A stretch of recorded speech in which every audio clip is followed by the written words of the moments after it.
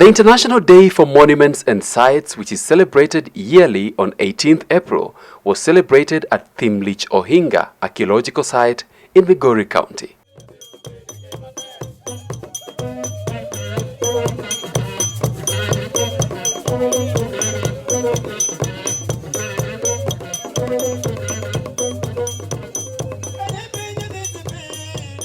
To celebrate this occasion, which is the first of its kind, not only in Migori County, but in the entire history of our country, Kenya. The main aim of this day is to promote awareness of the diversity of the cultural heritage of humanity, their vulnerability, and efforts required for their protection and conservation, as envisaged by UNESCO and the International Commission on Monuments and Sites. The term Thimlich is derived from a local Luo community phrase referring to a scary jungle. Ohigla, on the other hand, is a form of earth or dry stone or a built settlement enclosure. The spectacular, meticulously stone-built complex measuring 21 hectares is a representation of a traditional dry stone wall construction method that characterized early settlement of the Lake Victoria Basin.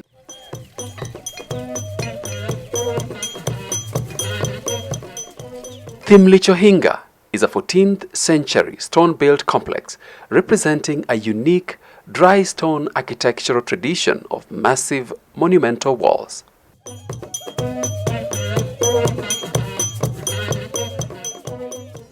If you look at the wall from the top, you will find three walls. The inner wall, the outer wall, and then the middle wall. That is a mechanism that these people use. As you walk across, you will find the planning of these structures is proper, meaning the people had a well-planning idea. They planned where people were to stay, where people were to keep animals, and everything fell in place. If you walk around, you will find what we call house pits, where houses were built. They are different from where animals and small animals were kept. So everything was planned as people occupied this place.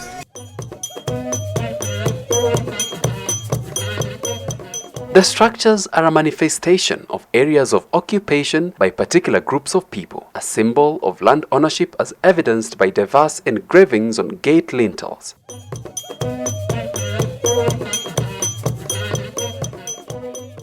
The massive stone structures were built as defensive forts against wild animals and rivalry for land by competing immigrants.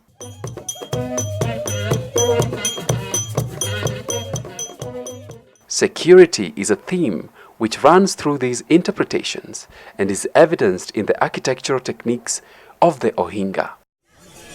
At the entrances, we have places where people use for security to look outside to see whether the enemies are coming. One of the gates that you're going to see down there has that feature very well, so that somebody could climb and sit on that part so that they could watch out any people that are coming.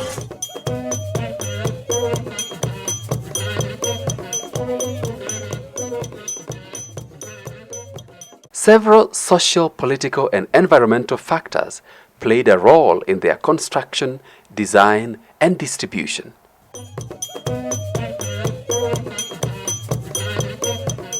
The enclosures at Thimlich Ohigla acquired Luo names during the latter's occupation from the 17th century.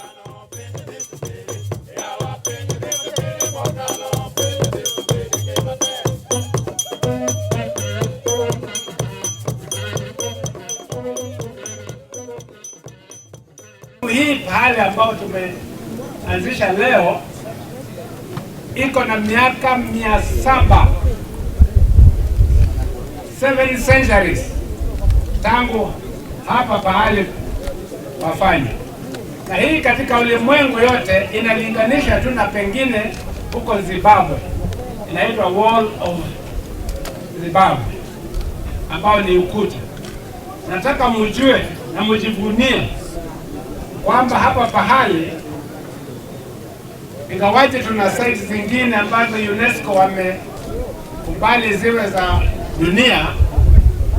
Hii ndio ya 7 katika Kenya, lakini hii yenu iko unique kwa sababu ni wananchi wenyewe waliijenga. The site has a well-established nature trail where visitors can enjoy the diversity of vegetation, which is one of the remnants of the Lake Victoria Basin vegetation.